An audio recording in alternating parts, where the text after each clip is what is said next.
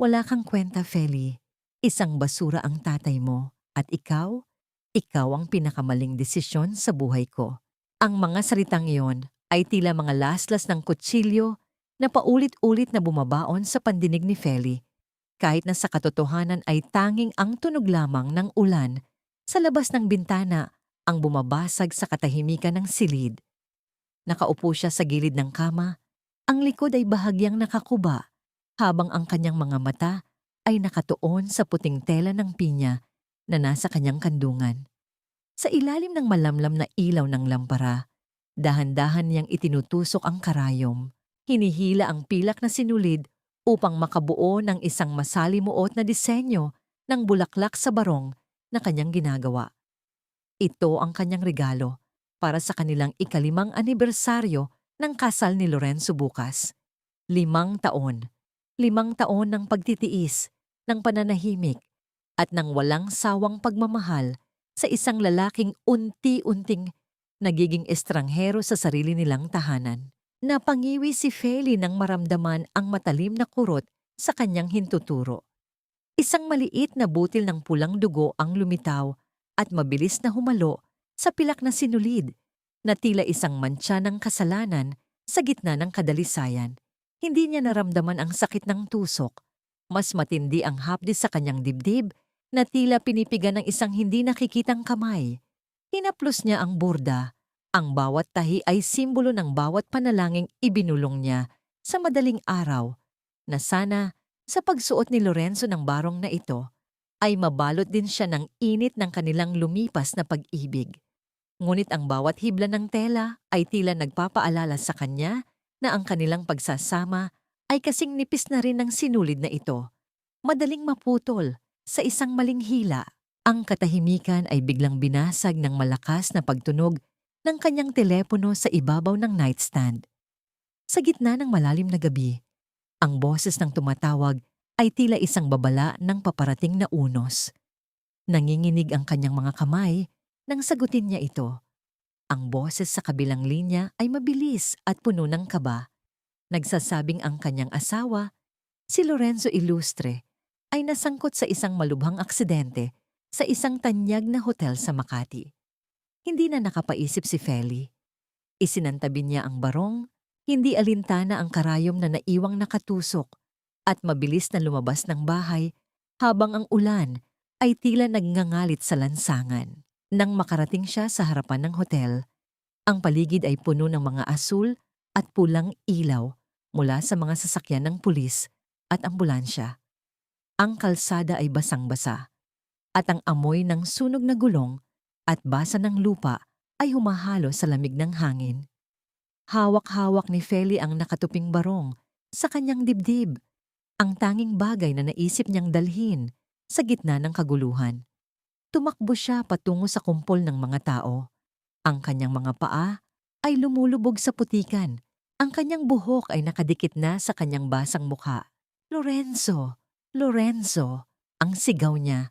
Ang kanyang boses ay napaos sa takot. Ngunit tumigil ang mundo ni Feli nang makita niya ang kanyang asawa. Hindi ito nakahiga sa isang stretcher, hindi ito duguan. Si Lorenzo ay nakatayo sa gitna ng liwanag, maayos ang pananamit. Ngunit ang kanyang mga bisig ay nakapulupot sa isang babaeng akala ng lahat ay matagal nang kinuha ng kamatayan. Si Sofia. Ang unang pag-ibig ni Lorenzo, ang babaeng 5 taon nang ibinabaon sa limot, ay buhay na buhay at nakasandal sa dibdib ng kanyang asawa. Dahan-dahang lumapit si Feli. Ang bawat hakbang ay tila paglakad sa ibabaw ng mga basag na bubog. Ang kanyang puso ay tumitibok ng mabilis. Isang marahas na kaba na tila nais kumawala sa kanyang tadyang. Lorenzo. Ang bulong niya, halos hindi marinig. Lumingon si Lorenzo at sa halip na pag-aalala o pagkahiya ang makita sa kanyang mga mata, isang malamig at matalim na poot ang sumalubong kay Feli. Walang pasintabi, inihiwalay ni Lorenzo ang sarili kay Sofia at humakbang patungo sa kanyang asawa. Bago pa makapagsalita si Feli, isang malakas na sampal ang dumapo sa kanyang pisngi. Ang lakas ng impact ay nagpabaling sa kanyang ulo. at ang lasa ng bakal mula sa pumutok niyang labi ay agad na humalo sa kanyang mga luha. Ang hawak niyang barong ay nalaglag at bumagsak sa madilim na bungbun. Ang pilak na burda ay agad na nalamon ng dumi. Huwag mong dungisan ang sandaling ito ng iyong presensya, Feli. Ang kulog na boses ni Lorenzo, puno ng pandidiri. Ang isang mamatay tao na gaya mo ay walang karapatang tumayo sa harap namin. Alam ko na ang lahat. Alam ko na kung paano niyo pinagtulungan ng tatay mo na sirain ang buhay ni Sofia. Lorenzo, hindi totoo yan. Ang barong na ito, itinahi ko para sa'yo. Ang pagsusumamo ni Feli habang pilit niyang inaabot ang duming-duming tela sa lupa. Ngunit tinapakan lamang ito ni Lorenzo, idinidiin ang mamahaling sapatos sa bawat hibla ng pagmamahal na pinagpuyatan ni Feli. Kasabay ng pagkadurog ng kanyang puso ay ang pagdating ng isang itim na sasakyan. Lumabas mula rito si Doña Aurora, ang ina ni Lorenzo, na may dalang aura ng kapangyarihan at kalupitan. Tiningnan niya si Feli mula ulo hanggang paa, na tila isang maduming basahan. "Masyado kang huli, Feli," ang sabi ng matanda. Ang boses ay tila yelo sa lamig. "Huwag ka nang umasang may uuwian ka pa. At sa tingin ko, nararapat lamang na malaman mo ito ngayon. Ang tatay mong mamatay tao, patay na siya sa loob ng kulungan kaninang hapon. Namatay siyang nag-iisa, puno ng kahihiyan, dahil sa iyong mga kasalanan." Ang huling mga salita ni Doña Aurora ay tila isang huling pako sa krus ni Feli. Ang kanyang tuhod ay nanghina at bumagsak siya sa putikan sa tabi ng kanyang nasirang regalo. Pinanood niya ang paglayo ni Lorenzo habang maingat nitong binubuhat si Sofia patungo sa sasakyan. Tila isang prinsesang kailangang protektahan mula sa isang halimaw na gaya niya. Habang bumubuhos ang ulan at nilalamon ng dilim ang kalsada, naiwan si Feli na mag-isa, yakap ang sarili sa gitna ng kawalan ng malay. Paano pa siya hihinga kung ang mundong binuo niya sa loob ng 5 taon ay gumuho na sa kanyang paanan at ang bawat taong minahal niya ay isa-isang pumatay sa kanyang kaluluwa? Ang bawat patak ng ulan sa labas ay tila tunog ng martilyo na nagpapako sa kapalaran ni Feli sa loob ng madilim at maalikabok na bodega ng mga ilustre.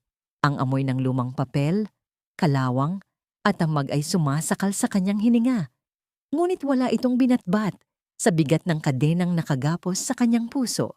Dito siya dinala ni Lorenzo pagkatapos ng gabing iyon sa kalsada, hindi sa kanilang malambot na kama, kundi sa isang sulok ng hasyenda na matagal nang kinalimutan ng liwanag. Bumukas ang malaking pintong kahoy at pumasok si Doña Aurora. Ang kanyang boses ay mas matalim pa sa hangin ng madaling araw. "Magpasalamat ka pa rin, Feli. Kung hindi dahil sa utang na loob mo sa pamilyang ito, baka sa kalsada ka na pinulot ng mga pulis. Binibigyan kita ng pagkakataong pagbayaran ang mga kasalanan ng pamilya mo sa amin." Lumapit ang matanda at sa isang marahas na galaw ay hinablot nito ang gintong kuwintas na suot ni Feli. Isang pamana mula sa kanyang ina. "Hindi mo na kailangan ang mga ganitong karangyaan.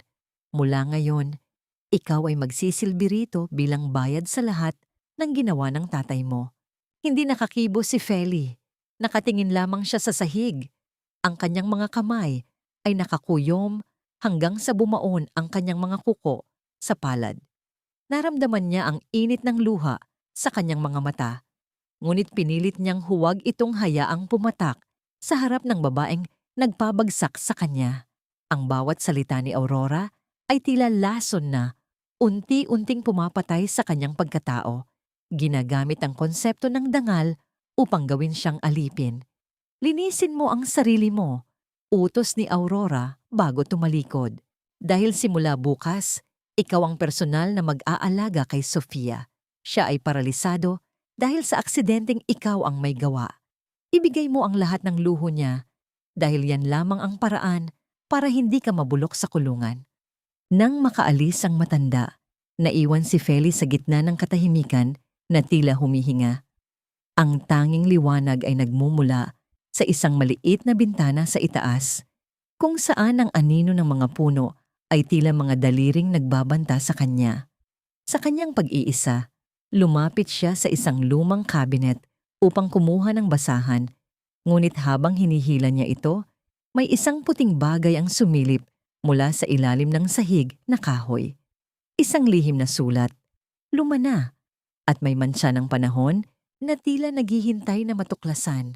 Ngunit bago pa niya ito maabot, narinig niya ang marahang pagkatok sa pinto. Si Aling Rosa, ang matandang tagapagsilbi na may mabubuting mata, ay pumasok na may dalang maliit na platitong may mainit na pandesal. Walang salitang lumabas sa bibig ng matanda, ngunit ang paraan ng paghaplos niya sa balikat ni Feli ay sapat na upang gumuho ang pader na itinayo ng huli. Kumain ka, anak. Kailangan mong magpakatatag para sa iyong sarili, bulong ni Aling Rosa. Ang init ng tinapay sa gitna ng malamig na bodega ay tila isang milagro, isang maliit na paalala na may natitira pang kabutihan sa mundo. Kinaumagahan, ang impyerno ni Feli ay opisyal na nagsimula. Dinala siya sa marangyang silid ni Sofia. Doon, nakahiga ang babae, balot ng mamahaling kumot, ang mukha ay tila isang anghel na walang malay. Nakatayo sa tabi nito si Lorenzo, ang kanyang mukha ay puno ng pag-aalala na kailanman ay hindi na muling ipapakita kay Feli. Gawin mo ang lahat ng gusto niya, Feli. Huwag mo siyang hahayaang mahirapan kahit sandali. Mariing sabi ni Lorenzo bago lumabas ng silid upang asikasuhin ang negosyo. Naiwan ang dalawa sa loob ng silid. Ang tanging tunog ay ang marahang paghinga ni Sofia at ang tibok ng puso ni Feli na tila isang tambol ng kaba. Lumapit si Feli upang ayusin ang una ng babae. Ang kanyang puso ay puno ng halo-halong pait at awa. Ngunit nang mapansin niyang wala ng ibang tao sa paligid, ang paralisadong si Sofia ay dahan-dahang nagmulat ng mata. Isang mapait na ngiti ang sumilip sa mga labi ni Sofia. Sa gulat ni Feli, dahan-dahang bumangon ang babae mula sa pagkakahiga. Ang kanyang mga binti na dapat ay walang buhay ay malayang gumalaw patungo sa gilid ng kama. Tumayo siya ng tuwid, tinitigan si Feli ng mata sa mata at bumulong sa paraang tila isang kagat ng ahas. Welcome to your hell, Feli. Akala mo ba tapos na ako sa'yo? Nag-uumpisa pa lang ang palabas ko at ikaw ang magiging bida sa sarili mong trahedya. Nanigas si Feli sa kanyang kinatatayuan. Ang babaeng inaalagaan niya, ang babaeng naging dahilan ng pagkasira ng kanyang buhay, ay isang huwad. Paano niya mapapatunayan ang katotohanan kung ang buong mundo, kabilang ang sarili niyang asawa, ay nakapiring ang mga mata?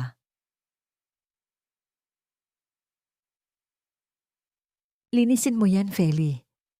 Ayaw ko ng kahit isang butil ng alikabok sa ilalim ng kama ko. At pagkatapos, hugasan mo ang mga paa ko. Gusto ko ng maligamgam na tubig na may halong asin.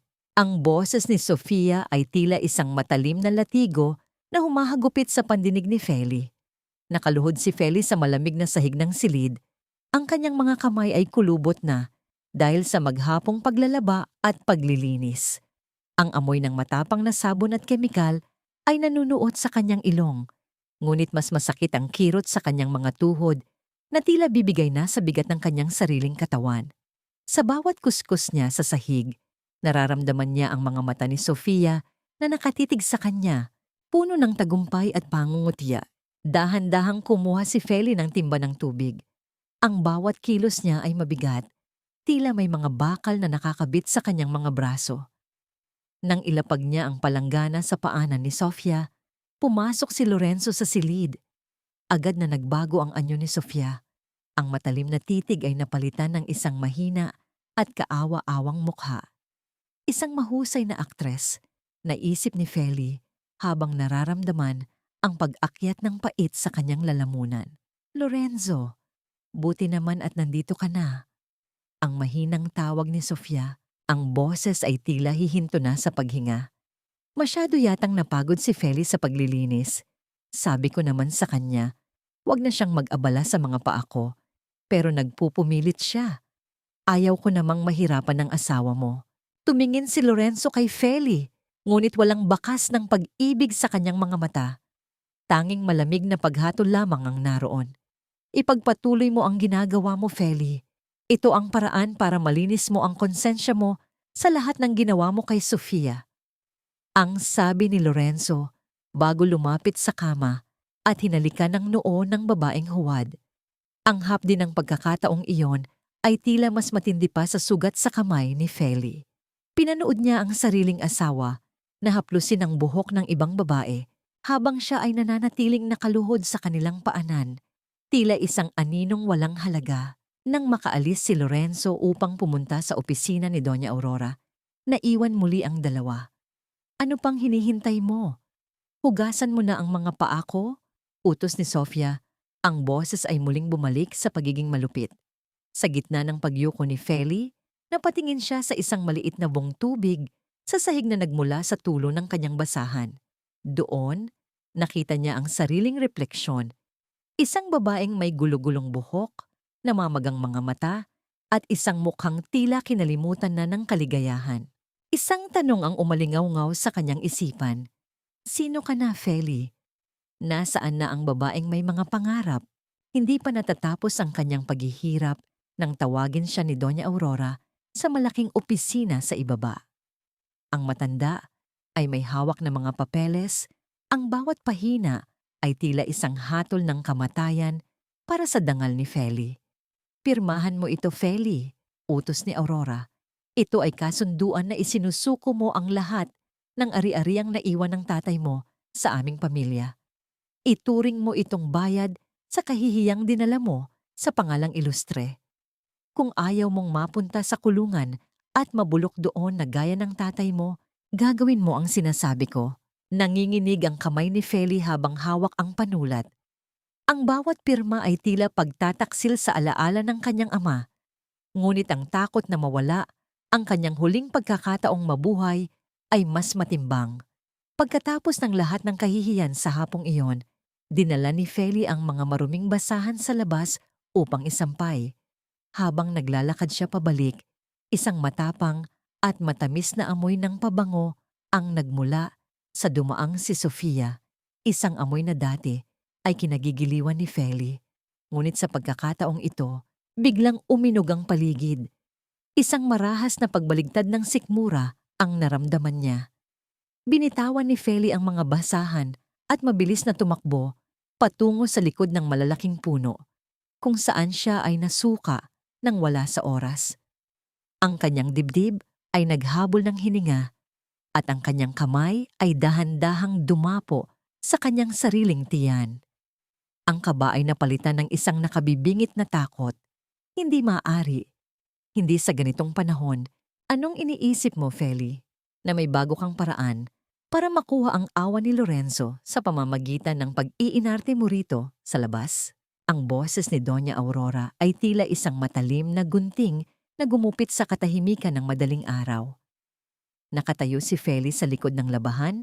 Ang kanyang mga kamay ay nakabaon sa malamig na tubig ng batya habang pilit niyang ikinukuskos ang mabibigat na kurtina ng mansyon.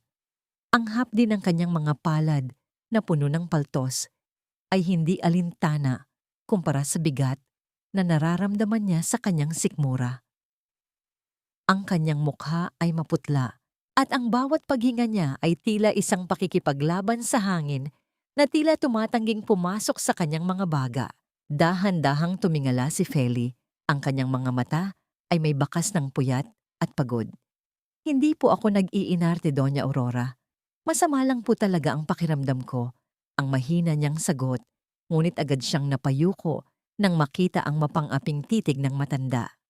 Sa bawat segundong lumilipas, ang sikmura ni Feli ay tila muling bumabaligtad. Isang paalala ng lihim na unti-unti nang humihubog sa loob ng kanyang katawan. Nang makaalis ang matanda, mabilis na lumapit si Aling Rosa sa kanya. Ang matanda ay may dalang baso ng tubig at isang piraso ng luya. Ang paraan ng pagtingin ni Aling Rosa ay puno ng pag-unawa, isang uri ng tingin na tila nakakabasa ng kaluluwa. Hinawakan ng matanda ang pulso ni Feli. Ang kanyang mga daliri ay dahan-dahang pumindot sa balat, tila naghahanap ng isang kumpirmasyon sa isang sinaunang paraan ng pagkilala sa buhay. May buhay sa loob mo, anak. Bulong ni Aling Rosa. Ang kanyang boses ay tila isang panalangin sa gitna ng impyerno. Ang pintig ng iyong pulso ay hindi na para sa iyo lamang. May bago kang dahilan para lumaban. Ang mga salitang yon ay tila isang pagsabog ng liwanag sa madilim na mundo ni Feli. Ang takot na kanina lamang ay bumabalot sa kanya ay napalitan ng isang kakaibang uri ng tapang. Isang tapang na nagmumula sa pagiging isang ina. Hinaplos ni Feli ang kanyang tiyan kahit na wala pa itong bakas ng umbok. Sa gitna ng dumi, ng paghihirap at ng pagtataksil, may isang milagrong nagaganap sa loob niya. Ngunit kasabay ng ligaya ay ang mas matinding takot. Paano niya poprotektahan ang batang ito sa loob ng pamamahay na tila isang pugad ng mga ahas? Nang gabing iyon, nakita ni Feli si Lorenzo sa pasilyo. Ang kanyang asawa ay mukhang pagod, ang kanyang kurbata ay maluwag na, at ang kanyang mga mata ay walang buhay. Ito na ang pagkakataon, naisip ni Feli. Kailangan niyang malaman. Marahil, sa balitang ito, ay magbago ang lahat. Marahil ay maalala ni Lorenzo ang pag-ibig na dati ay nagbubuklod sa kanila. Lorenzo, maaari ba tayong mag-usap? May mahalaga akong sasabihin. Ang panimula ni Feli. Ang kanyang boses ay nangangatal sa pag-asa. Ngunit bago pa makasagot si Lorenzo, isang malakas na tunog ng pagkabasag ng baso ang narinig mula sa silid ni Sofia. Kasunod nito ang isang matinis na tili na tila isang babala ng kamatayan. Lorenzo, tulong! Hindi ako makahinga. Ang sigaw ni Sofia. Hindi na nagdalawang isip si Lorenzo. Nilagpasan niya si Feli na tila isang aninong walang saysay. Ang kanyang balikat ay tumama pa sa balikat ni Feli sa kanyang pagmamadali. Pinanood ni Feli ang kanyang asawa na mabilis na pumasok sa silid ng ibang babae. Ang pinto ay sumara nang may lakas na tila isang huling hatol. Ang bawat hakbang ni Lorenzo palayo sa kanya ay tila isang paalala na ang kanyang tinig ay wala ng puwang sa puso ng lalaking minahal niya. Naiwan si Feli sa dilim ng pasilyo. Dahan-dahan siyang naglakad pabalik sa bodega. Ang bawat hakbang ay tila pagyakap sa kanyang sariling kalungkutan. Pumasok siya sa loob at isinara ang pinto. Doon, sa gitna ng mga lumang gamit at alikabok, naupo siya sa sahig at naramdaman ang lamig ng semento. Hinaplos niya ang kanyang tiyan. Ang kanyang mga daliri ay tila gumuguhit ng isang pangako sa hangin. Lalaban si nanay. Bulong niya sa katahimikan. Hindi ko hahayaang saktan kanila. Kahit na ang buong mundo ay tumalikod sa atin, ako ang magiging kalasag mo. Sa sandaling iyon, ang kanyang mga luha ay hindi na luha ng kahinaan, kundi luha ng isang inang handang sunugin ang mundo para sa kanyang anak. Ngunit sa labas ng bodega, sa ilalim ng malamlam na ilaw ng poste, nakatayo si Doña Aurora. Hawak niya ang isang maliit na puting plastik na nakuha niya mula sa basurahan malapit sa labahan. Isang pregnancy test kit na may 2 malinaw na pulang guhit. Ang kanyang mukha ay tila isang maskara ng puot. Ang kanyang mga mata ay nagniningning sa isang balak na mas maitim pa sa gabi. Magagawa ba ni Feli na itago ang kanyang lihim o ang bagong buhay sa kanyang sinapupunan ang magiging mitsa ng kanyang tuluyang pagkagunaw?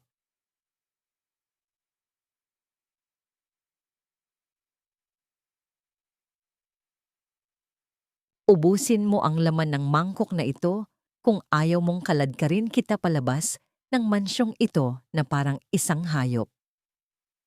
Ang boses ni Doña Aurora ay hindi man lamang nanginig, tila ba ang iniuutos niya ay kasing simple lamang ng pag-inom ng tsaa sa hapon. Nakatayo si Feli sa gitna ng malawak na salas, ang kanyang mga binti ay tila gawa sa malambot na kandila na anumang oras ay lulubog sa mamahaling alpombra. Ang amoy ng itim na likido sa ibabaw ng mesa ay matapang, mapait, at tila may dalang amoy ng kamatayan na nagpapakilabot sa bawat hibla ng kanyang pagkatao. Dahan-dahang lumapit si Lorenzo mula sa dilim ng pasilyo. Ang kanyang mukha ay tila inukit sa bato, walang emosyon, maliban sa lalim ng kanyang mga mata na puno ng pagkamuhi. Inihagis niya ang isang sobre sa paanan ni Feli. Kumalat ang mga litrato sa sahig, mga larawan ni Feli na lumalabas sa isang madilim na silid ng hotel kasama ang isang lalaking hindi niya kilala. Ang anggulo ng pagkakuha ay tila ba masaya silang magkasama. Isang perpektong sining ng kasinungalingan. Please, Lorenzo. Maniwala ka sa akin. Hindi ko kilala ang lalaking yan. Ikaw lang, Lorenzo. Ikaw lang ang mahal ko. Ang pagsusumamo ni Feli, ang kanyang boses ay napaos dahil sa walang tigil na paghikbi. Lumuhod siya sa harap ng asawa. Pilit na inaabot ang laylayan ng pantalon nito, ngunit mabilis na humakbang paatras si Lorenzo, na tila ba ang kamay ni Feli ay may dalang nakamamatay na sakit. Huwag mong dungisan ang pangalan ko ng iyong mga kasinungalingan, Feli. Ang kulog na boses ni Lorenzo, ang bawat salita ay tila isang sampal sa kaluluwa ng babae. Akala ko ay biktima ka lang, pero isa ka palang mapagpanggap. Hindi ko hahayaang ang isang batang bunga ng iyong pagtataksil ay mabuhay sa ilalim ng aking bubong. Tumingin si Feli kay Doña Aurora na ngayon ay may isang mapait na ngiti sa mga labi. Alam ni Feli na ito na ang katapusan ng kanyang pagtitiis. Ang babaeng nasa harap niya ay hindi titigil hanggat hindi nito nakukuha ang lahat sa kanya. Ang kanyang dangal, ang kanyang asawa, at ngayon, ang kanyang anak. Para ito sa kabutihan mo, anak, ang sabi ni Aurora sa isang tono ng huwad na pag-aalaga. Isang malaking pagkakamali ang batang yan. Uminom ka na, at pagkatapos ay maaari ka nang magsimula ng bagong buhay. Malayo sa amin, umiling si Feli ng buong lakas. Ang kanyang mga kamay ay protektadong nakayakap sa kanyang tiyan. Ang kanyang puso ay tumitibok ng mabilis. Tila isang ibon na pilit kumakawala sa hawla. Hindi ko gagawin yan. Ito ang anak mo, Lorenzo. Maawa ka sa amin. Ngunit ang tanging tugon ni Lorenzo ay ang pagtalikod. Ang kanyang mga balikat ay tila pasa ng buong mundo. Ngunit ang kanyang desisyon ay kasing tigas ng bakal. Gawin mo ang gusto ni Mama, Feli. Huwag mo nang hintayin na gamitan ka namin ng dahas. Sa isang iglap, naramdaman ni Feli ang dalawang malalakas na bisig na humawak sa kanyang mga balikat. Ang mga vesi ni Doña Aurora ay tila mga aninong lumitaw mula sa paligid. Ang kanilang mga hawak ay tila mga kadenang bumabaon sa kanyang balat. Wala siyang magawa. Wala siyang mapuntahan. Dahan-dahang kinuha ni Doña Aurora ang mangkok at lumapit kay Feli. Ang usok mula sa mainit na likido ay dumapo sa mukha ni Feli, tila isang malamig na halik ng sundo. Ang bawat paghinga ni Feli ay puno ng panalangin. Ang bawat tibok ng kanyang puso ay isang pagsusumamo para sa kaligtasan ng buhay sa loob niya. Habang inilalapit ang gilid ng mangkok sa kanyang nanginginig na mga labi, nakita ni Feli ang refleksyon ng kanyang sarili sa itim na tubig. Isang inang nasusukol, isang asawang tinalikuran, at isang babaeng wala ng ibang sandata kundi ang kanyang sariling paghihirap.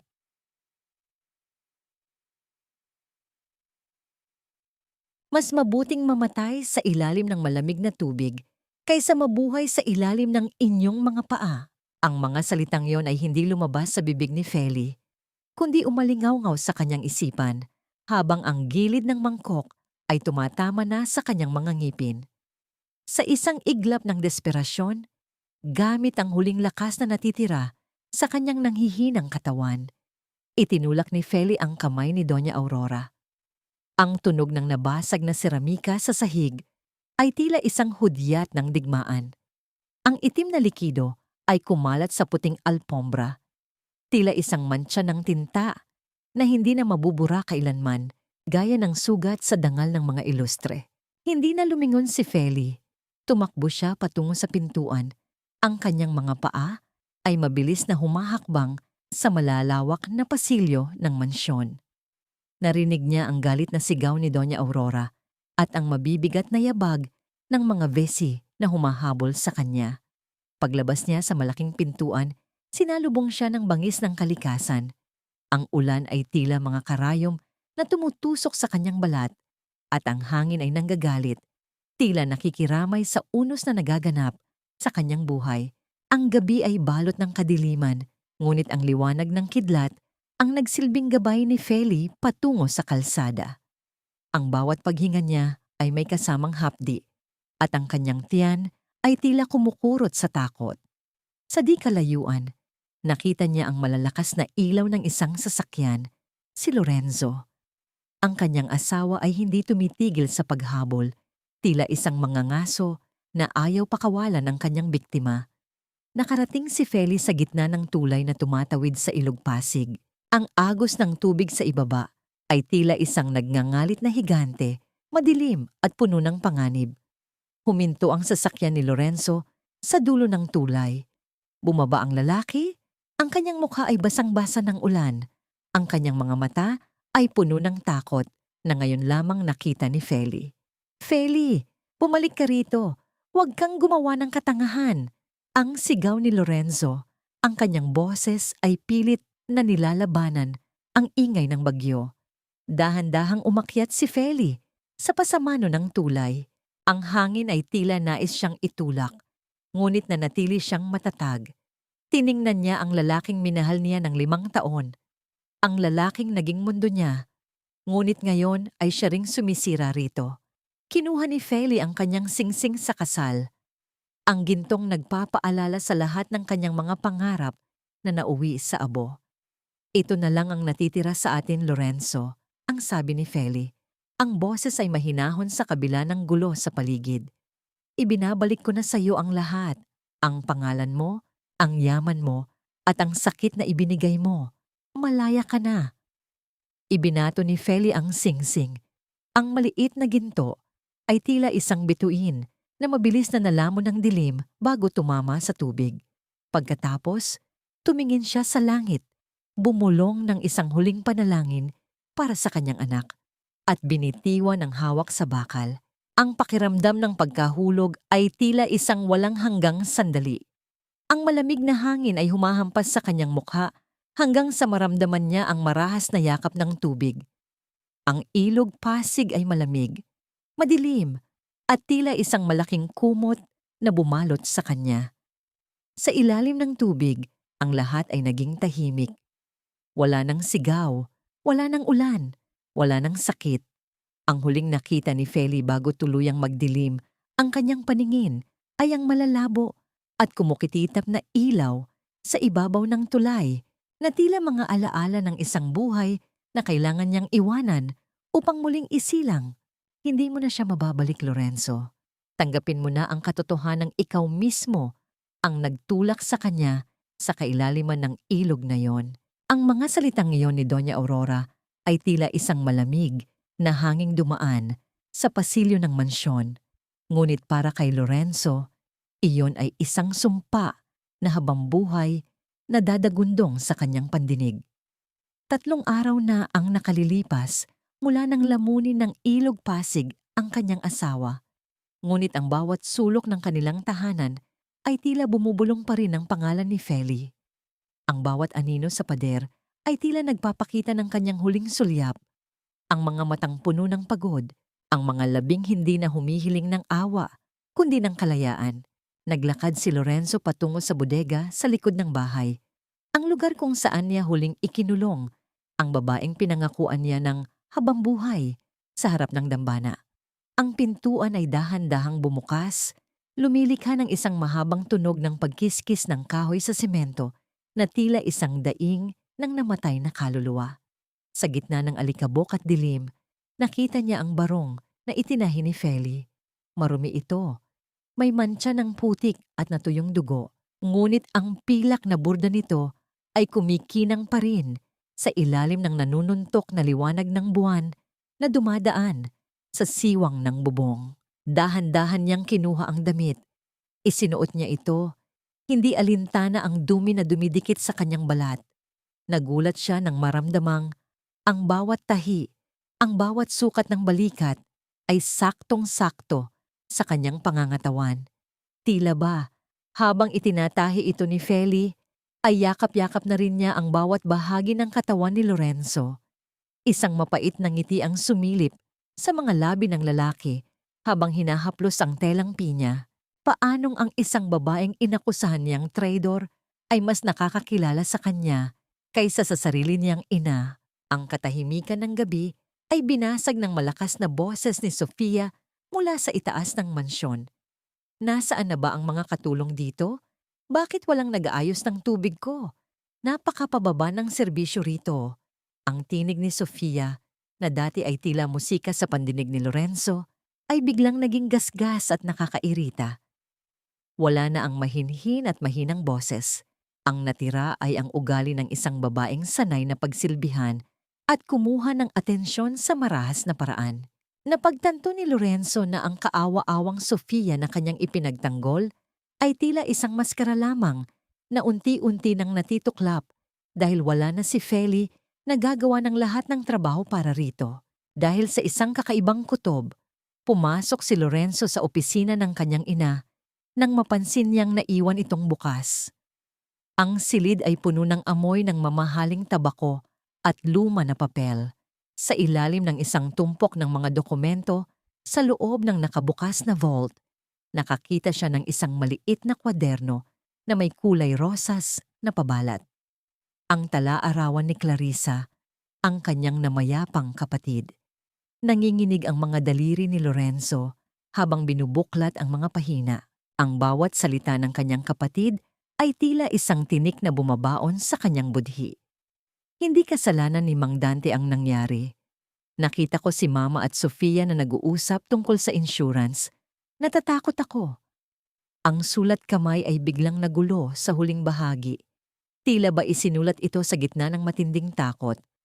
Ang katotohanan ay tila isang malakas na sampal na nagpagising kay Lorenzo mula sa isang mahabang panaginip. Ang kanyang ina, ang babaeng itinuring niyang gabay, at si Sofia, ang babaeng inakala niyang biktima, ay ang mga tunay na arkitekto ng trahedyang sumira sa pamilya ni Feli. Ang bawat kasinungalingan ay tila isang kadenang nakapulupot sa leeg ni Lorenzo. Dahan-dahang sumasakal sa kanya habang naaalala ang bawat pasakit na ibinigay niya sa asawa. Sa gitna ng kanyang pagkasindak, tumunog ang kanyang telepono. Isang tawag mula sa private detective na kinuha niya upang maghanap sa pampang ng ilog. Ang boses ng lalaki sa kabilang linya ay seryoso, walang halong biro. "Sir, tapos na po ang search operation sa ibaba ng tulay hanggang sa bukana ng Manila Bay." Huminto ang paghinga ni Lorenzo. Ang kanyang puso ay tumibok ng malakas. Isang mabilis na kaba na tila nais bumutas sa kanyang dibdib. At ano ang resulta? Nahanap niyo ba siya? "Wala pong nakitang bangkay, sir. Tanging ang piraso lang ng damit na kulay puti ang sumabit sa mga sanga. Pero si Ma'am Feli." Tila ba nilamon siya ng tubig ng walang bakas? Ibinaba ni Lorenzo ang telepono. Ang kanyang paningin ay lumabo dahil sa mga luhang hindi na niya kayang pigilan. Wala ang bangkay. Walang kumpirmasyon. Isang malaking puwang ang naiwan sa kanyang mundo. Isang misteryong magiging dahilan ng kanyang pagkabaliw sa mga susunod na gabi. Habang nakatingin siya sa madilim na abot-tanaw, isang tanong lamang ang natira. Buhay pa ba si Feli? O ang ilog na ang naging huling hantungan ng kanyang pagsisisi? Buhay ka pa, at iyan ang pinakamahalagang regalo ng tadhana sa'yo. Huwag mong sayangin ang pagkakataong ibinigay ng langit. Ang boses na yon ay hindi pamilyar kay Feli, ngunit ang init ng kamay na nakahawak sa kanyang noo ay tila isang angkla na humihila sa kanya pabalik mula sa madilim na kailaliman ng kawalan. Nang dahan-dahang imulat ni Feli ang kanyang mga mata, hindi ang malawak na kisame ng mansyong ilustre ang kanyang nakita, kundi ang mga tuyong dahon ng pawid at ang mga siwang sa dingding na kawayan kung saan Sumisilip ang liwanag ng araw, ang amoy ng alat ng dagat, at ang sariwang hangin ay nanunuot sa kanyang ilong, malayo sa amoy ng alikabok at laso ng kanyang nakaraan. Nakatayo sa kanyang tabi si Don Mateo, isang lalaking may pilak na buhok at mga matang puno ng karunungan at lihim na pait. Siya ang may-ari ng maliit na bahay bakasyunan sa dulo ng pampang kung saan napadpad ang nanghihinang katawan ni Feli. Sa tabi nito ay ang mag-asawang mangingisda na si Calando at Aling Mirna, ang mga kamay na kumuha sa kanya mula sa mga sanga ng bakawan sa gitna ng unos. "Nasaan ako?" Ang mahinang tanong ni Feli. Ang kanyang boses ay tila isang gasgas na tunog ng tuyong dahon sa semento. Ngunit bago pa makasagot ang sinuman, isang matinding kirot ang gumuhit mula sa kanyang balakang patungo sa kanyang tiyan. Napakapit si Feli sa banig.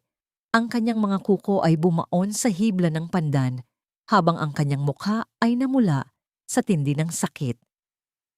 Ang mga sumunod na oras ay naging isang malabong alaala ng pawis, luha at walang katapusang pagsusumamo sa langit. Sa loob ng maliit na dampa, ang tanging tunog na maririnig ay ang marahang paghampas ng mga alon sa dalampasigan at ang mabilis na paghinga ni Feli na tila isang makina na pilit tumatakbo. Walang doktor, walang kagamitan ng ospital, tanging ang mainit na tubig sa palanggana at ang matatag na mga kamay ni Aling Mirna ang kanyang katuwang. Sa gitna ng pinakamatinding hapdi, nang tila ba ayaw na ng kanyang katawan na lumaban, naramdaman ni Feli ang isang kakaibang puwersa, isang udyok mula sa kanyang sinapupunan na tila nagsasabing, "Inay, narito na ako." Sa isang huling malakas na pag-ire, kasabay ng pagtulo ng huling patak ng kanyang luha, isang bagong tunog ang bumasag sa katahimikan ng madaling araw. Ang unang iyak ng sanggol ay hindi isang tunog lamang. Ito ay isang deklarasyon ng digmaan laban sa kamatayan, isang awit ng tagumpay na nagpabuhos ng luha sa mga mata ng lahat ng naroon. Dahan-dahang inilapag ni Aling Mirna ang maliit at mapulang sanggol sa dibdib ni Feli. Sa kabila ng panghihina, itinaas ni Feli ang kanyang nanginginig na mga daliri upang haplusin ang malambot na balat ng kanyang anak. Isang batang lalaki. Isang batang may mga matang tila bituin sa gitna ng kadiliman. Sa sandaling iyon, ang lahat ng sakit, ang sampal ni Lorenzo, ang kalupitan ni Aurora, at ang lamig ng ilog Pasig ay tila naging malayo at walang saysay. "Nathan," ang bulong ni Feli, ang boses ay puno ng banal na pag-ibig. "Ang pangalan mo ay Nathan, dahil ikaw ang regalo ng Diyos sa akin sa gitna ng aking pagkagunaw." Lumapit si Don Mateo at pinanood ang mag-ina. May lungkot sa kanyang mga mata, ngunit mayroon ding isang matigas na determinasyon. "Feli, ang batang yan ang magiging lakas mo. Pero tandaan mo, hanggat ang pangalan mo ay Feli Ilustre, ang mga ahas na sumira sa iyo ay hindi titigil hanggat hindi ka nila nahahanap. Kung gusto mong protektahan ang anak mo, kailangang mamatay ang dating ikaw." Tiningnan ni Feli ang kanyang anak na ngayon ay mahimbing nang natutulog. Ang maliit na kamay nito ay nakakapit sa kanyang hintuturo. Ang pagmamahal na nararamdaman niya ay unti-unting nahahaluan ng isang malamig na puot para sa mga taong nagnanais na mawala ang batang ito. Dahan-dahan siyang tumango kay Don Mateo. Mula sa araw na ito, wala na si Feli, ang sabi niya. Ang kanyang tinig ay wala ng bakas ng pag-aalinlangan. "Sabihin niyo sa akin, Don Mateo, paano ako magiging isang babaeng hinding-hindi na nila muling mayayurakan?" Kinuha ni Don Mateo ang isang dokumento mula sa kanyang bulsa at inilapag ito sa tabi ng sanggol. Isang bagong pagkakakilanlan, isang bagong buhay na binuo mula sa abo ng nakaraan. Mula ngayon, ang mundo ay makikilala ka bilang si Felicity Wong at ang anak mo ay magiging lihim na itatago natin hanggang sa dumating ang tamang panahon ng iyong pagbabalik.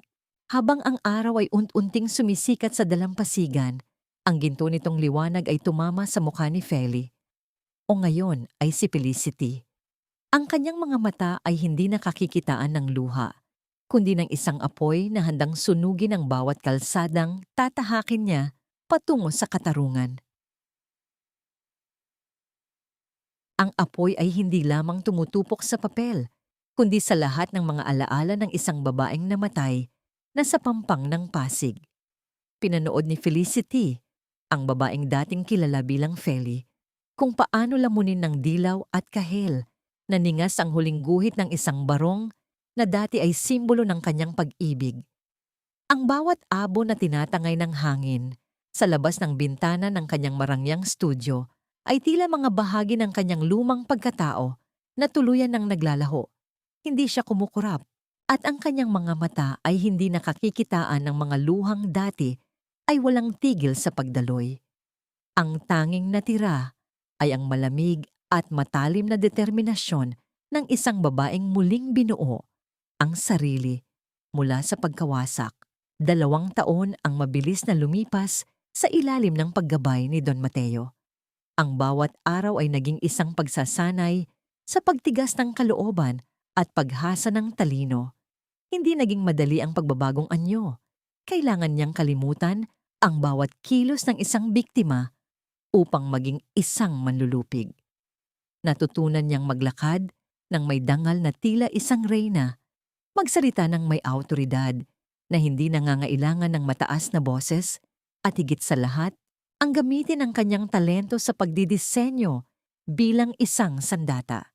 Ang sining ng pagtatahi na dati ay ginamit niya upang magbigay ng init. Ngayon ay gagamitin niya upang ipakita ang talim ng kanyang paghihiganti. Ang ganda ay isang baluti, Felicity. Huwag mong hahayaang makita nila ang laman ng iyong puso. Ipakita mo sa kanila ang ningning na ikabubulag nila. Ang madalas na paalala ni Don Mateo habang tinuturuan siyang humawak ng mga malalaking transaksyon sa negosyo.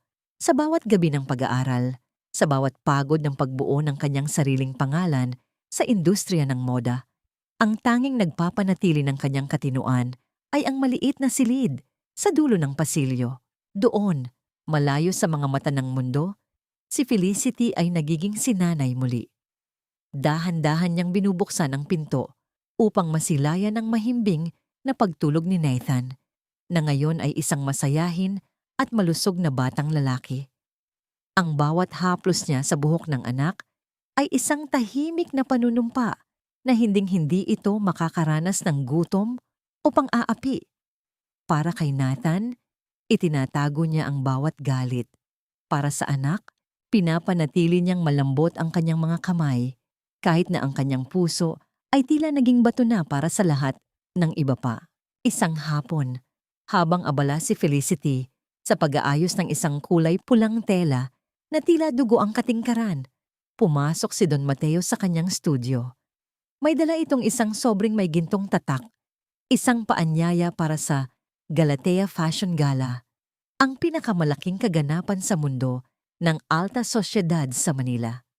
Ang bawat pangalan ng mga sponsor ay nakasulat sa likod at sa pinakataas ng listahan, nakasulat ang pangalang nagpabilis sa tibok ng kanyang puso, Illustre Group of Companies. Handa ka na ba, Felicity? Ang pagbabalik mo ay hindi lamang isang pagpapakilala ng iyong mga disenyo. Ito ang simula ng kanilang pagbagsak. Ang seryosong sabi ni Don Mateo. Ang kanyang mga mata ay nagtatanong kung may natitira pa bang pag-aalinlangan sa loob ng babae. Kinuha ni Felicity ang paanyaya. Ang kanyang mga daliri ay dahan-dahang humaplos sa embossed na pangalan ng mga ilustre. Isang mapait at misteryosong ngiti ang sumilip sa kanyang mga labi, isang ekspresyong kailanman ay hindi nagawa ng lumang Feli. Itinupi niya ang papel nang may katiyakan at itinuon ng pansin sa kanyang ginagawang damit. Alam niyang sa pagtapak niya muli sa lupang iyon, wala nang balikan. Hindi lang ako handa, Don Mateo. Ako ang magiging pinakamagandang bangungot na kailanman ay hindi nila inaasahang magbabalik. Ang sagot niya. Ang kanyang boses ay tila isang marahang himig ng katarungang matagal na ipinagkait.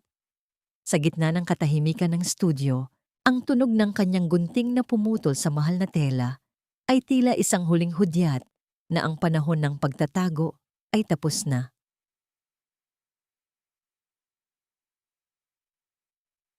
Ang pangalang Ilustre ay hindi pwedeng mabura sa mapa ng negosyo nang dahil lang sa isang pagkakamali.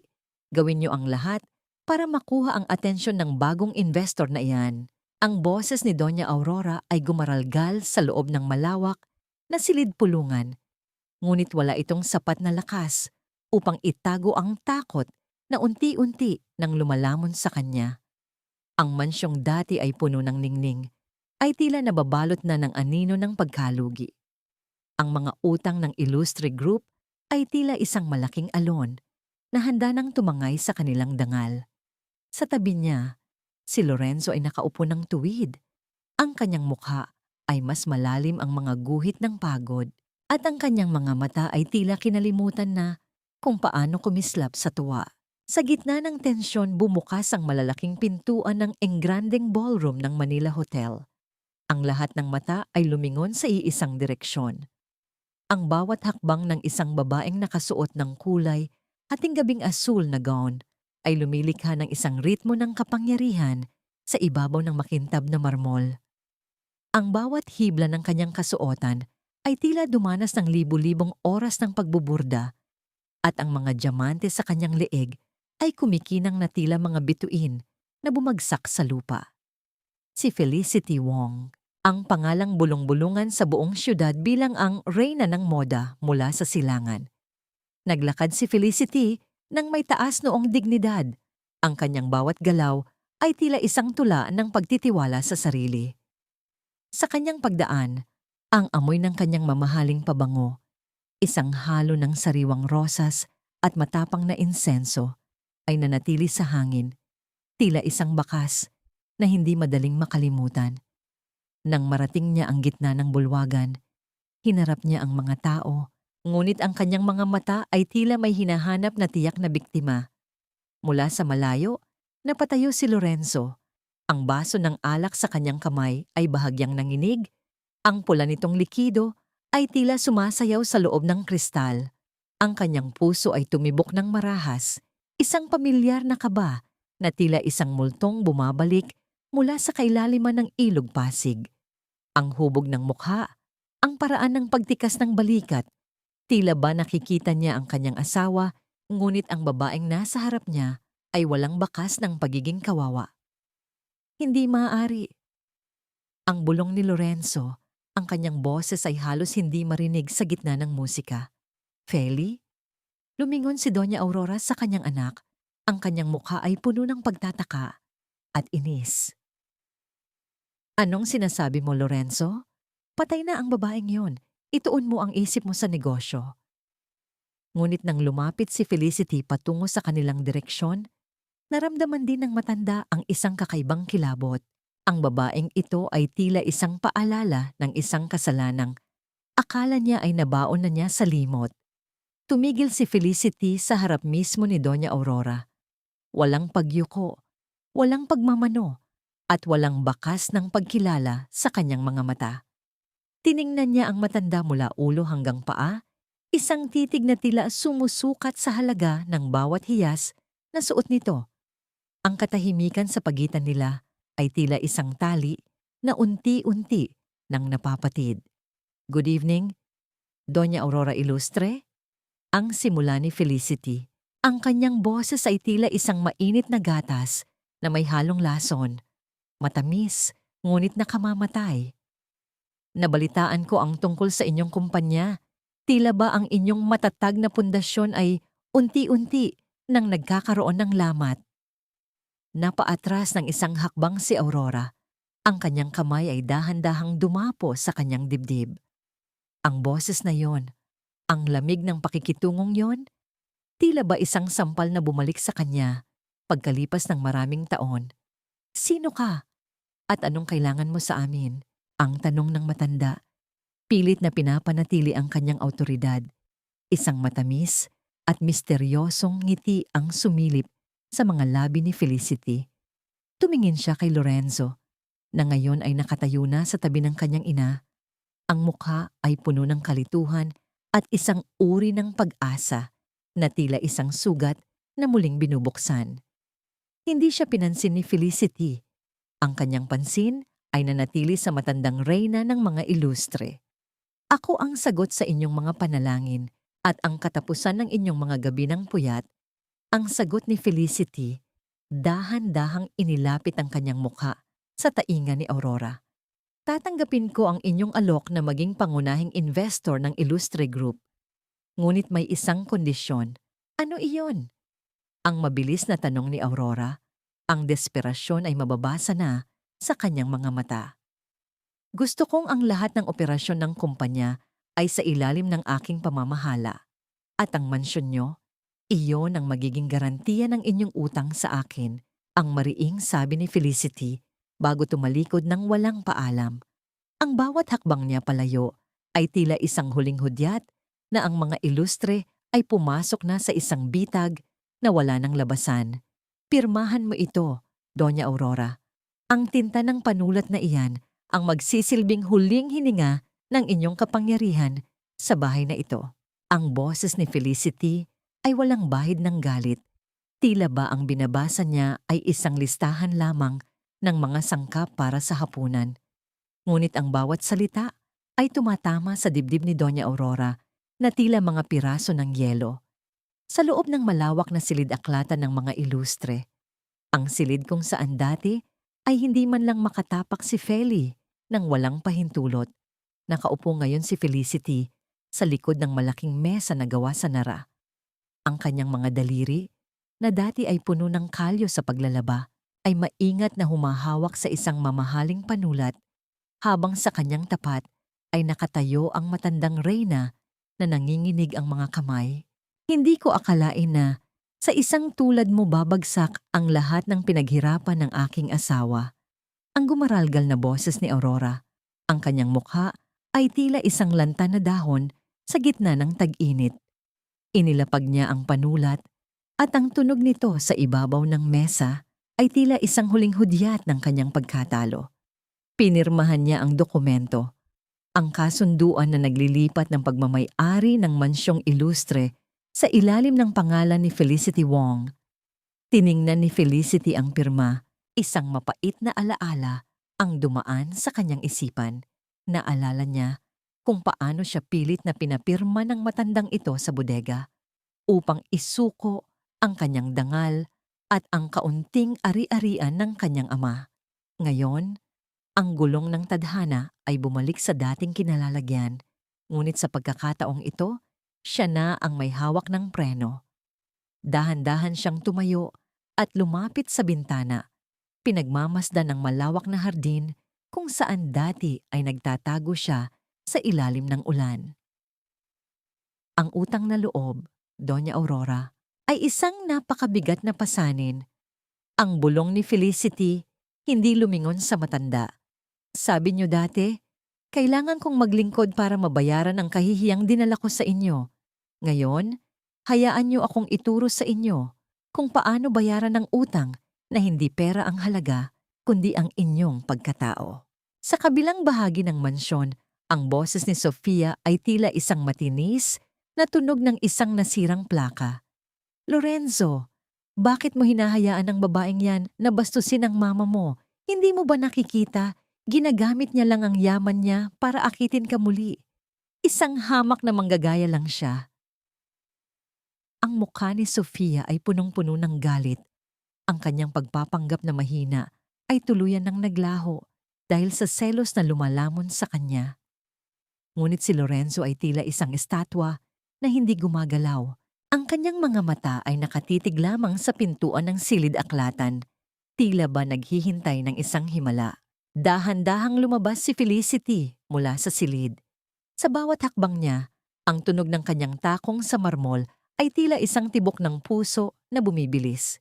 Huminto siya sa harap ni Lorenzo at sa isang saglit, ang hangin sa pagitan nila ay tila naging kuryente. Nakita ni Felicity ang pagsisisi, ang pagkalito, at ang isang uri ng pag-ibig na matagal nang nabulag ng kasinungalingan sa mga mata ng lalaki. Ngunit para kay Felicity, ang lalaking ito ay anino na lamang ng nakaraan. Tapos na ang oras niyo rito, ang mariing sabi ni Felicity. Ang kanyang paningin ay lumipat kay Sofia na ngayon ay tila nais siyang sugurin. May 2 oras kayo para kunin ang inyong mga gamit. Ang mansyong ito ay hindi na tahanan ng mga ilustre. Ito na ang magiging bagong sentro ng aking kumpanya. Wala kang karapatan. Ang sigaw ni Sofia, ang kanyang boses ay tila isang hayop na nasusukol. Hindi siya pinansin ni Felicity. Sa halip, lumakad siya patungo sa gitna ng hagdanan at umupo sa isang lumang silya na dati ay bawal niyang upuan. Ipinatong niya ang kanyang mga binti, ang kanyang mga kamay ay dahan-dahang humahaplos sa mga ukit na kahoy. Dito, sa mismong lugar kung saan siya tinatrato na parang basahan, nararamdaman niya ang tamis ng katarungan. Ngunit bago pa siya tuluyang makapagpahinga, mabilis na lumapit si Lorenzo. Hinawakan nito ang kanyang braso, ang init ng kamay ng lalaki ay tila isang paalala ng mga gabing inakala ni Feli na siya ay ligtas. Ang mga mata ni Lorenzo ay nagniningning sa tindi ng emosyon. Ang kanyang paghinga ay mabigat at puno ng pag-asa. Feli, hindi mo ako maluloko ng bagong pangalan mo o ng mga mamahaling damit na yan. Ang bulong ni Lorenzo, ang boses ay tila isang pagsusumamo sa gitna ng kadiliman. Ang boses mo, ang paraan ng pagtibok ng ugat sa iyong leeg kapag nagagalit ka. Alam kong ikaw yan. Feli, alam kong ikaw yan. Tumigas ang katawan ni Felicity. Ang kanyang puso ay tila nais tumalon palabas ng kanyang dibdib. Ngunit pilit niyang pinanatili ang kanyang malamig na anyo. Tumingin siya ng diretso sa mga mata ni Lorenzo. Ang titig na tila isang pader na hindi kayang tibagin ng kahit anong pagsisisi. Ang babaeng kilala mo, Lorenzo, ay matagal nang nilamon ng ilog pasig. Ang sagot niya, ang boses ay tila yelo sa lamig. At kung ako man siya, sa tingin mo ba ay may babalikan ka pa sa isang pusong ikaw mismo ang dumurog? Naiwan si Lorenzo na nakatulala. Ang kanyang kamay ay dahan-dahang bumitaw sa braso ni Felicity habang ang huli ay nagpatuloy sa pag-akyat sa hagdanan. Iniwan ang lahat ng alaala ng kahapon sa ilalim ng kanyang mga paa. Ang ganda ay isang maskara, ngunit ang katotohanan ay isang salamin na hinding-hindi mo kayang basagin. Ang mga salitang ito ay nakasulat sa bawat paanyaya ng pagtatanghal ng moda na pinamagatang The Rebirth.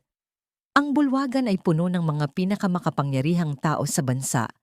Ang amoy ng mamahaling alak at sariwang bulaklak ay humahalo sa kaba na tila isang mabigat na ulap sa hangin. Sa gitna ng entablado, ang mga ilaw ay dahan-dahang namatay. Iniwan ang lahat sa gitna ng isang madilim at nakabibingit na katahimikan. Nagsimula ang musika, isang malungkot na tunog ng biolin na tila isang panaghoy mula sa kailaliman ng dagat.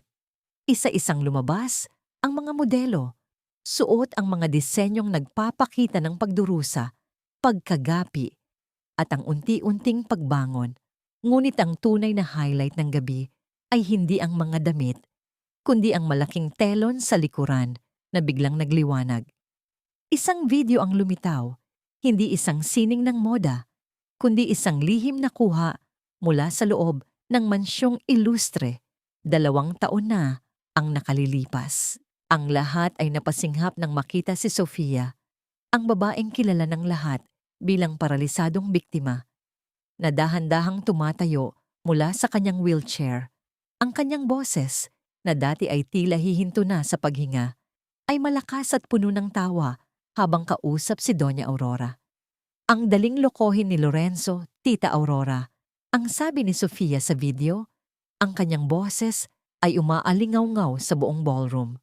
Akala niya talaga ay lumpo ako, at ang asawa niyang si Feli, siguradong nabubulok na yun sa ilalim ng ilog kasama ang lahat ng ebidensya ng insurance fraud natin. Ang katahimikan sa loob ng bulwagan ay tila isang matalim na kutsilyo. Ang lahat ng mata ay lumingon sa front row kung saan nakaupo si Sofia na ngayon ay maputla pa sa isang bangkay.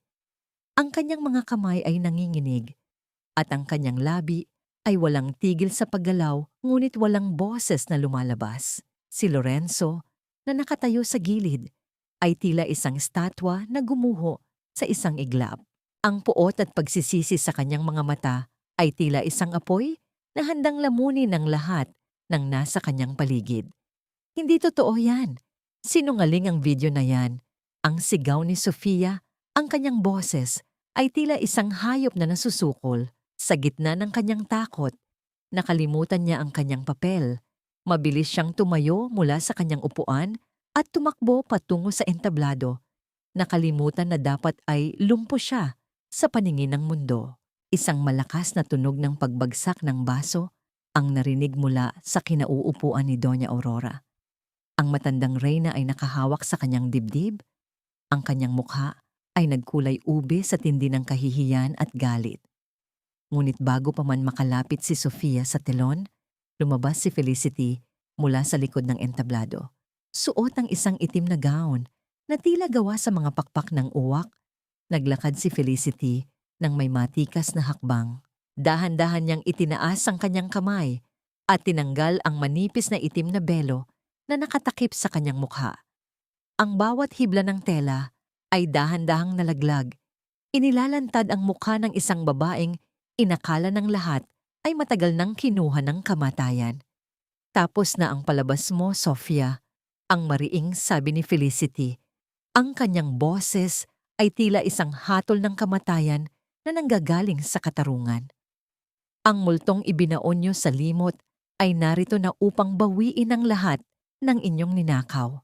Kasabay ng kanyang mga salita ay ang pagpasok ng mga alagad ng batas sa loob ng ballroom. Ang tunog ng mga bakal na posas na inilalabas ay tila isang huling hudyat ng pagkatalo. Nilapitan ng mga pulis si Sofia na ngayon ay nagsisigaw na parang isang baliw. Pilit na kumakawala sa mga kamay na humahawak sa kanya. Tumingin si Felicity kay Doña Aurora na ngayon ay dahan-dahan nang bumubagsak sa sahig dahil sa isang atake sa puso. Ang kanyang mga mata ay nanatiling nakatitig sa anak na si Lorenzo na tila humihingi ng tulong. Ngunit si Lorenzo ay nanatiling nakapako ang tingin kay Felicity o kay Feli. Ang kanyang mga luha ay walang tigil sa pag-agos, ngunit wala siyang lakas upang lumapit. Ang pader na itinayo ng 2 taon ng paghihirap ay tila naging isang bangin na hindi na kayang tawirin ng kahit anong pagsusumamo.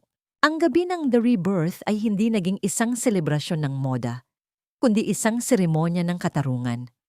Habang kinakaladkad si Sofia palabas at habang tinutulungan ng mga mediko si Doña Aurora, nanatiling nakatayo si Felicity sa gitna ng entablado.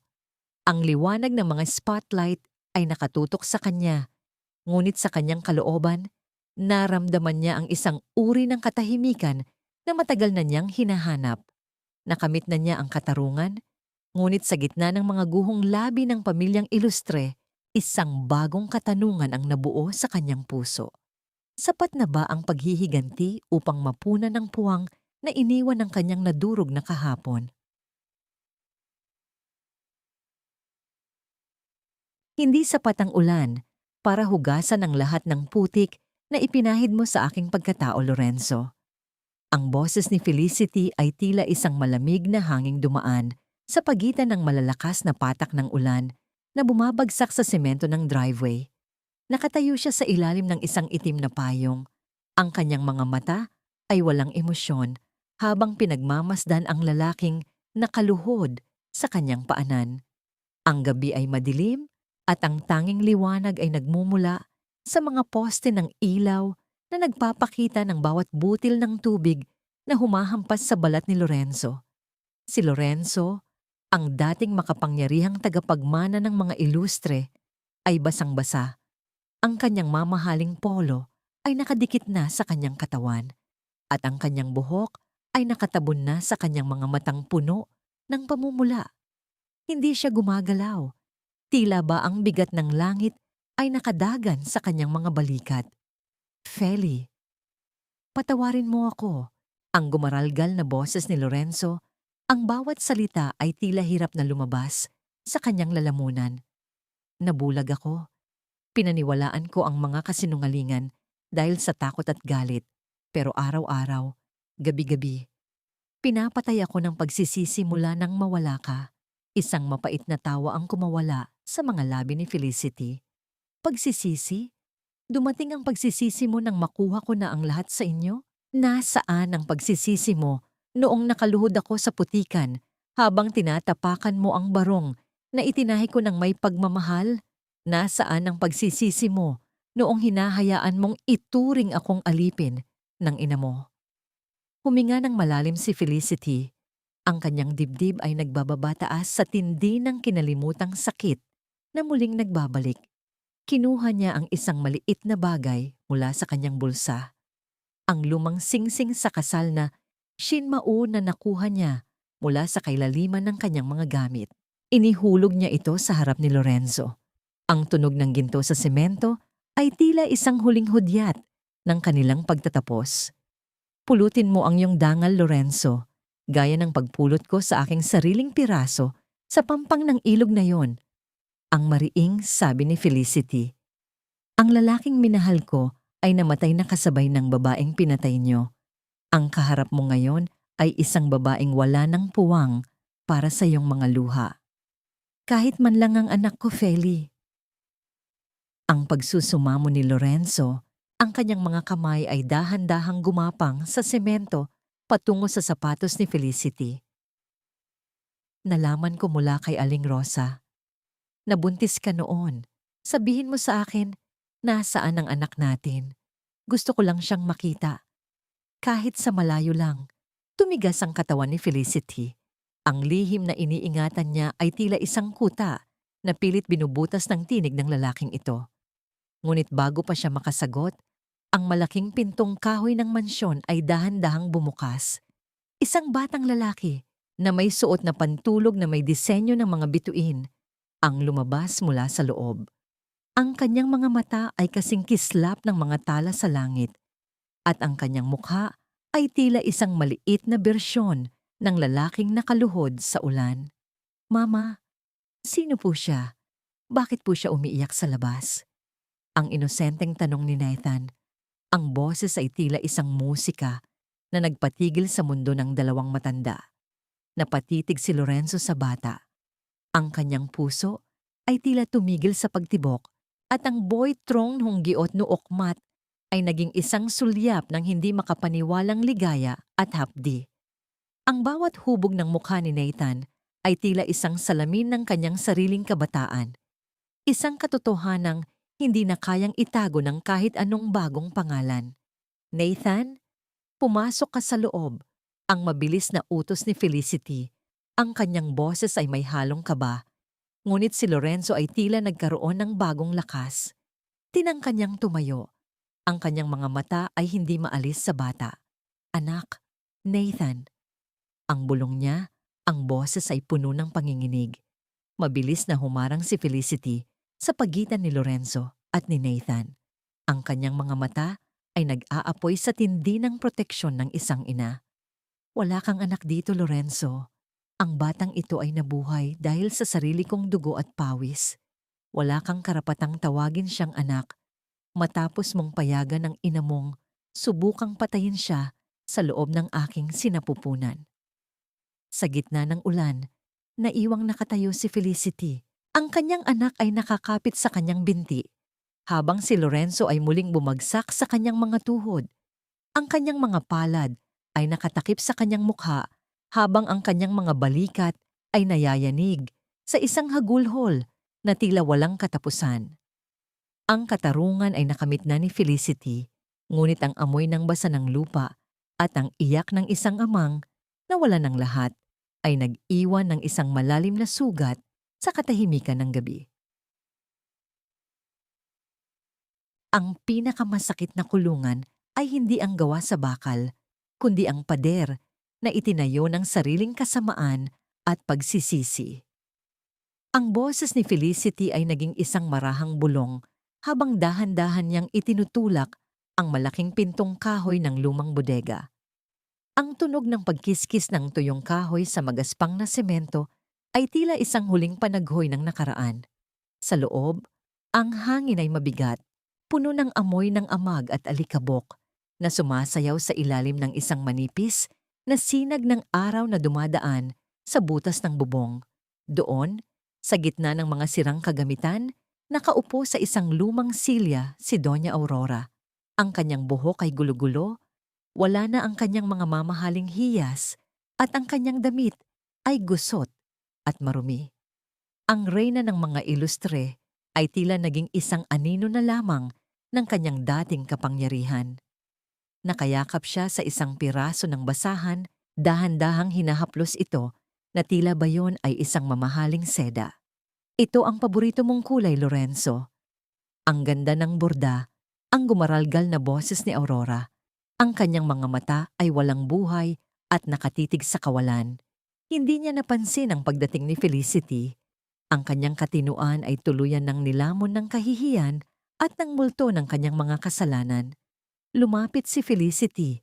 Ang kanyang bawat hakbang ay maingat, tila ba ayaw niyang mabasag ang marupok na katahimikan sa loob ng bodega.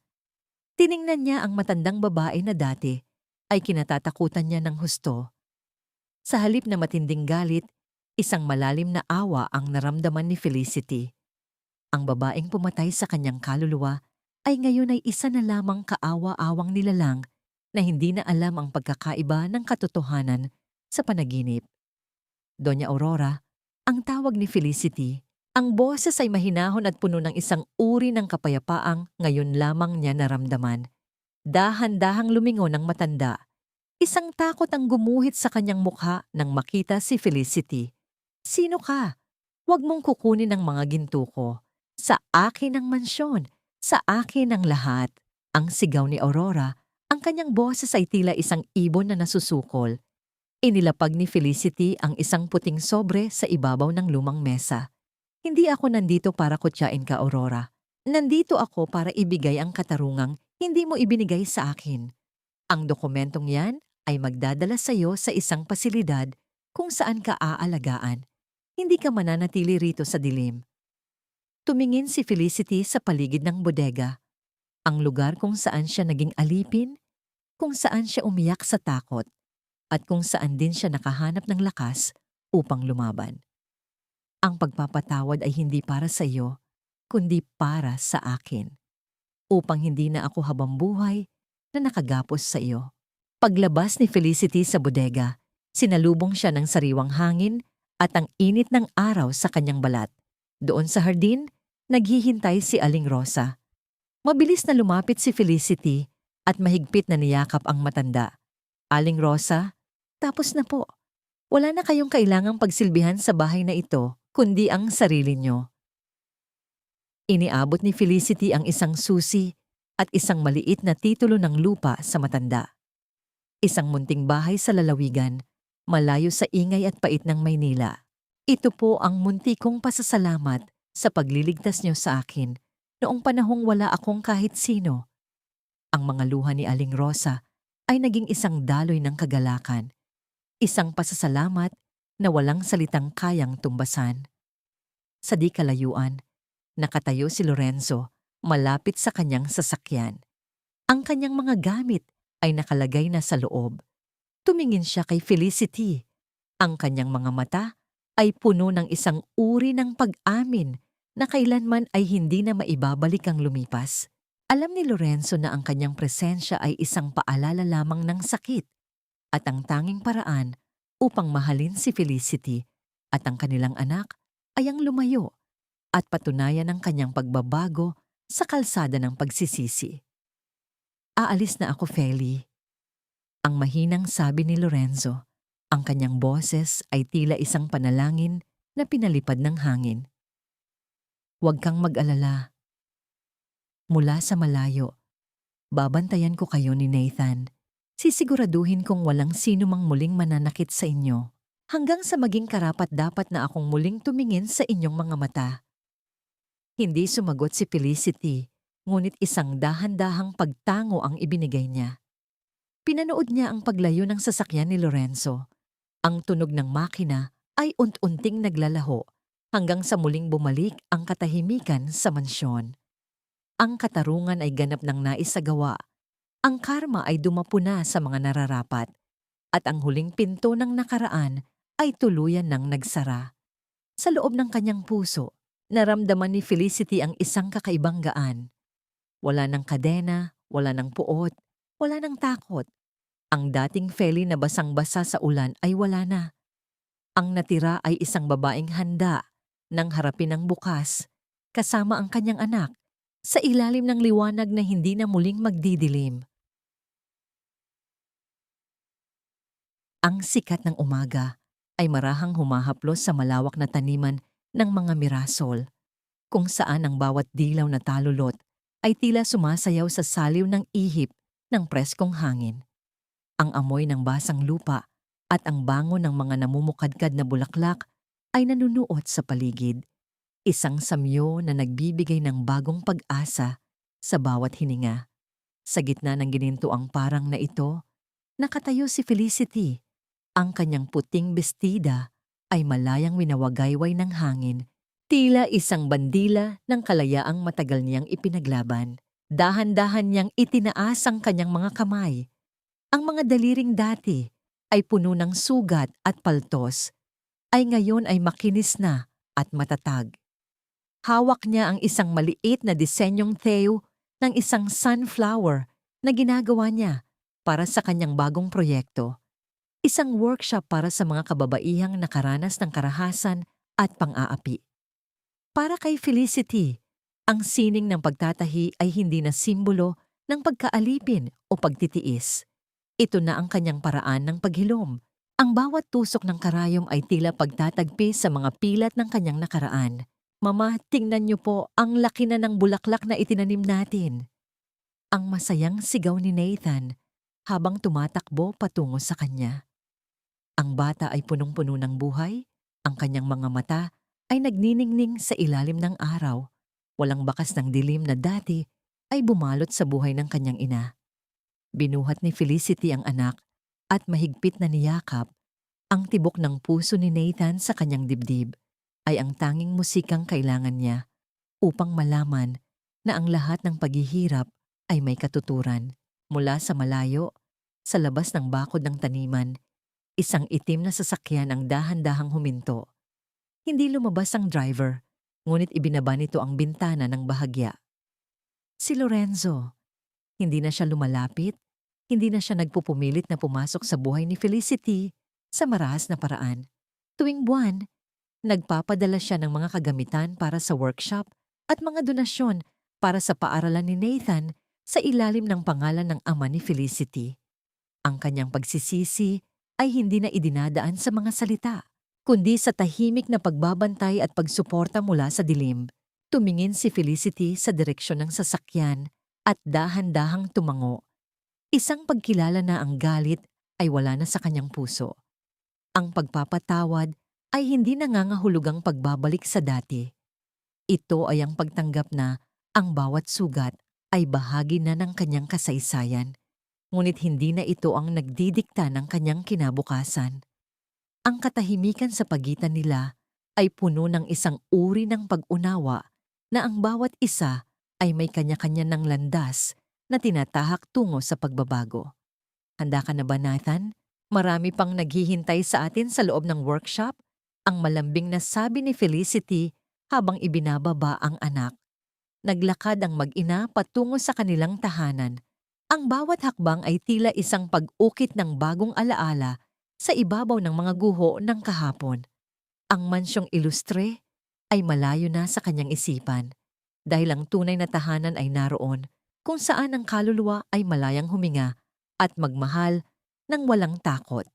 Habang ang araw ay patuloy na pumapaitaas, ang liwanag nito ay tila bumabalot sa buong parang.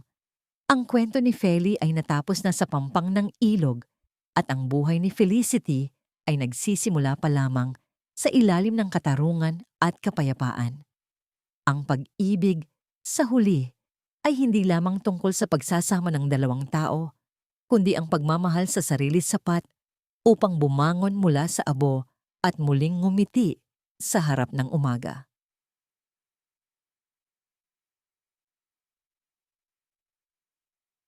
Hanggang dito na lamang ang paglalakbay ni Felicity, isang paalala na ang bawat dapit hapon ay may kasunod na bukang liwayway, at ang bawat luhang pumatak ay nagiging binhi ng isang mas matatag na bukas. Sa inyong lahat na sumabay sa bawat pintig at bawat hapdi ng kwentong ito hanggang sa huling sandali mula sa kaibuturan ng aking puso, maraming, maraming salamat. Hindi naging madali ang paghabis sa mga salitang ito. May mga gabing nanginginig ang aking mga kamay habang isinusulat ang mga eksena sa gitna ng ulan at putikan, lalo na ang sandaling tinalikuran ng mundo ang isang inang wala ng sandata, kundi ang kanyang pag-asa. Ang bawat linyang inyong napakinggan ay hindi lamang bunga ng sining. Ito ay hango sa mga totoong tinig ng mga kababaihang aking nakilala. Mga taong tila tinupok na ng apoy, ngunit muling bumangon na mas makinang pa sa ginto. Nais kong iwan sa inyo ang munting liwanag na ito. Ang pagpapatawad ay hindi laging pagbabalik sa nakaraan, kundi ang pagpili na huwag nang maging bilanggo nito. Ang buhay natin ay tila isang telang pinya, maselan, mahirap bordahan at masakit sa daliri, ngunit nagiging isang obra maestra dahil sa bawat butas na dinaanan ng matalim na karayom. Ngunit bago tayo tuluyang magpaalam, nais kong mag-iwan ng isang tanong sa inyong mga puso. Kung ikaw ang nasa kalagayan ni Felicity, kaya mo rin bang ibigay ang kapatawaran sa taong dumurog sa iyong puso, alang-alang sa sarili mong kapayapaan? O mas pinipili mo bang itabi ang sugat bilang bahagi ng iyong baluti? Nais naming marinig ang inyong mahalagang saloobin at karanasan sa mga komento sa ibaba. Kung ang kwentong ito ay nag-iwan ng hapdi o saya sa inyong kaluluwa, huwag sanang kalimutang pindutin ang like, mag-subscribe at ibahagi ang videong ito sa inyong mga kaibigan at pamilya. Maraming salamat sa inyong pagtitiwala at hanggang sa muli nating pagkikita sa susunod na kabanata ng buhay, drama at pag-ibig.